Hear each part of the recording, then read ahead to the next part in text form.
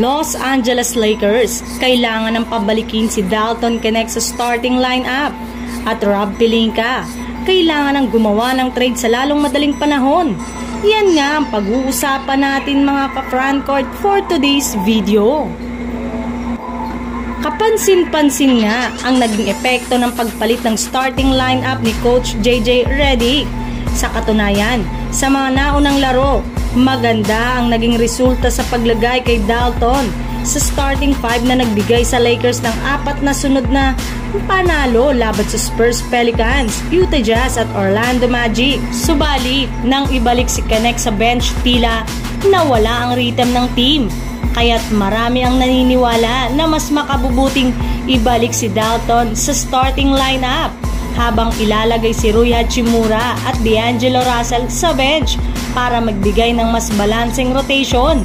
Sa ngayon, mahalaga para sa Lakers na ayusin ang kanilang diskarte, lalo na't sumailalim ang kompetisyon sa Western Conference. Kung hindi nila maayos ang kanilang chemistry at shooting consistency, posibleng magtuloy-tuloy ang kanilang pagbulusok pababa. Samantala, sa pagkatalo nga kanina ng Lakers laban sa Nuggets, maraming mga fans ang nakapansin na di kayang pigilan ni Davis si Nikola Jokic sa ilalim ng basket. Kailangan nga ng Lakers ng isang legit na big man kung gusto nilang magtagumpay sa season na ito. Dahil dyan, patuloy na binabantayan ng Los Angeles Lakers ang trade market at malinaw na ang kanilang focus ay nasa pagdaragdag ng laki ng frontcourt.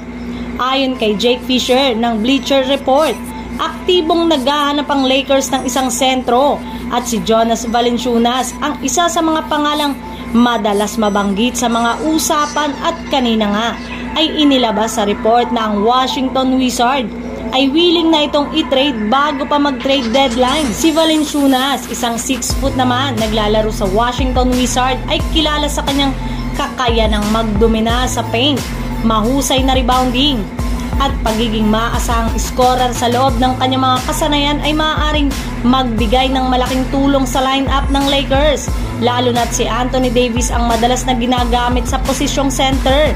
Kaya kung makukuha si Valanciunas, maaaring bumalik si Davis sa kanyang dating posisyon na power forward. Sa kabilang banda, iniulat din ni Fisher na bukas ang Wizards sa mga alok para sa kanilang mga manlalaro. Sa kasalukuyang nasa rebuilding phase ang Wizards at ang kanilang pagiging bukas sa trade ng mga players ay maaaring magtugma sa layunin ng Lakers na makakuha ng isang player na makakatulong sa kanilang kampanya ngayong season. Hindi lingid sa kaalaman ng marami na nangangailangan ng Lakers ng karagdagang support sa kanilang frontcourt upang makipagsabayan sa mahigpit na kompetisyon sa Western Conference.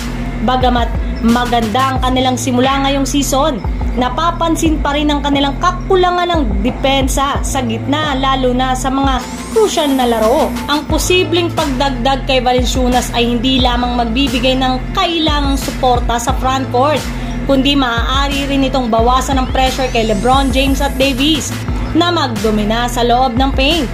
Habang puro espekulasyon pa lamang ito, malinaw na gumagawa ng hakbang ang Lakers upang makahanap ng tamang fit na players na tutulong sa kanila para makuha ang kampyonato.